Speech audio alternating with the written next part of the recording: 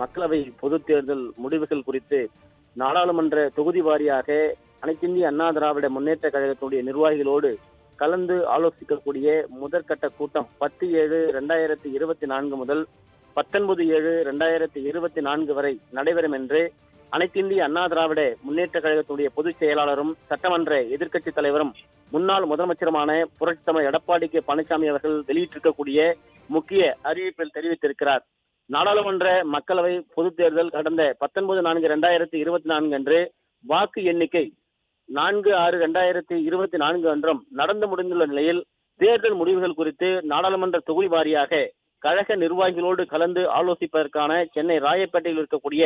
தலைமை கழக புரட்சித் தலைவர் எம்ஜிஆர் மாளிகையில் 10/7/2024 முதல் 19/7/2024 வரை கீழ்கண்ட கால அட்டவணைப்படி ஆலோசனை கூட்டங்கள் நடைபெறும் என்று அனைத்திந்திய அண்ணா திராவிட முன்னேற்ற கழகத்துடைய பொதுச் செயலாளர் புரட்சித் தலைவர் எடப்பாடி கே பழனிசாமி அவர்கள் விடுத்திருக்கக்கூடிய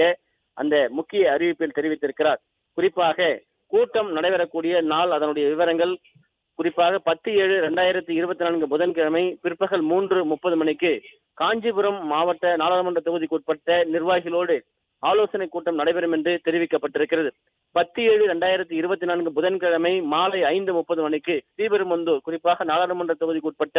நிர்வாகிகளோடு ஆலோசனை கூட்டம் நடைபெறும் என்று தெரிவிக்கப்பட்டிருக்கிறது. 11/7/2024 வியாழக்கிழமை காலை 9 மணிக்கு சிவகங்கை நாடாளுமன்ற தொகுதிக்கு உட்பட்ட நிர்வாகிகளோடு ஆலோசனை கூட்டம் நடைபெறும் என்றும், அன்று காலை 11 மணிக்கு வேலூர் நாடாளுமன்ற தொகுதிக்கு உட்பட்ட நிர்வாகிகளோடு ஆலோசனை கூட்டம் நடைபெறும் என்றும், பிற்பகல் 3:30 மணிக்கு திருவண்ணாமலை நாடாளுமன்ற தொகுதிக்கு உட்பட்ட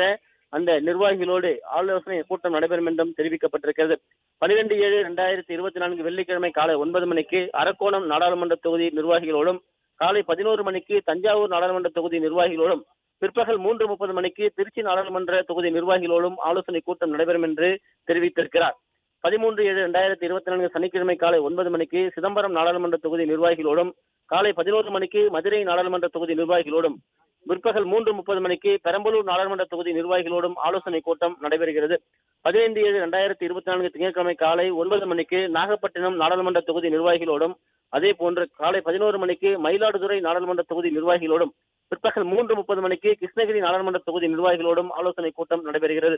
16/7/2024 செவ்வாய்க்கிழமை காலை 9 மணிக்கு ராமநாதபுரம் நாடாளுமன்ற தொகுதி நிர்வாகிகளோடும், காலை 11 மணிக்கு திருநெல்வேலி நாடாளுமன்ற தொகுதி நிர்வாகிகளோடும், பிற்பகல் 3:30 மணிக்கு விருதுநகர் நாடாளுமன்ற தொகுதி நிர்வாகிகளோடும் ஆலோசனை கூட்டம் நடைபெறும் என்று தெரிவிக்கப்பட்டிருக்கிறது.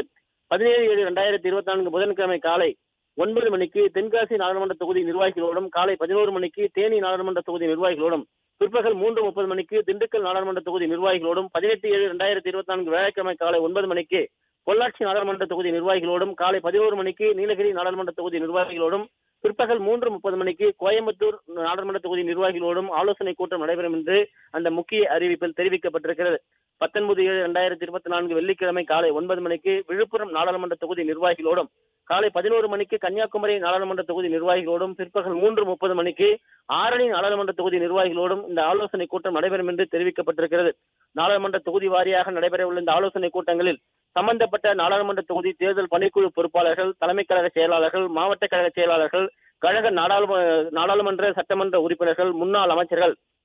2024 நாடாளுமன்ற தேர்தலில் போட்டியிட்ட கழக வேட்பாளர்கள், கழக செய்தி தொடர்பாளர்கள், மாவட்ட கழக செயலாளர்கள், முன்னாள் நாடாளுமன்ற சட்டமன்ற உறுப்பினர்கள், மாவட்ட கழக நிர்வாகிகள், கழக சார்பு அமைப்புகளுடைய மாநில துணை நிர்வாகிகள் மற்றும் சார்பு அமைப்புகளுடைய மாவட்ட செயலாளர்கள், ஒன்றிய நகர பேரூராட்சி கழக செயலாளர்கள், பகுதி கழக செயலாளர்கள், கழக பொதுக்குழு உறுப்பினர்கள், மாவட்ட ஊராட்சி குழு தலைவர்கள், மாவட்ட ஊராட்சி குழு துணைத் தலைவர்கள், மாவட்ட ஊராட்சி குழு துணை வார்டு உறுப்பினர்கள், ஊராட்சி ஒன்றிய குழு தலைவர்கள், ஊராட்சி ஒன்றிய குழுவினுடைய துணைத் தலைவர்கள், நகரமன்ற தலைவர்கள், பேரூராட்சி மன்ற தலைவர்கள், மண்டல குழு தலைவர்கள் உள்ளிட்ட மேற்கண்ட நிர்வாகிகள் அனைவரும் தவறாமல் கலந்து கொள்ள வேண்டும் என கேட்டுக்கொள்வதாக அனைத்திந்திய அண்ணா திராவிட முன்னேற்ற கழகத்துடைய பொதுச் செயலாளர் புரட்சித் தலைவர் எடப்பாடி கே பழனிசாமி அவர்கள் வெளியிட்டிருக்கக்கூடிய அந்த முக்கிய அறிவிப்பில் தெரிவித்திருக்கிறார். கூட்டம் நடைபெற உள்ள நாடாளுமன்ற தொகுதிகளைச் சேர்ந்த மாவட்ட கழக செயலாளர்கள் அந்தந்த நாடாளுமன்ற தொகுதிகளுக்கு உட்பட்ட சட்டமன்ற தொகுதியில் உள்ள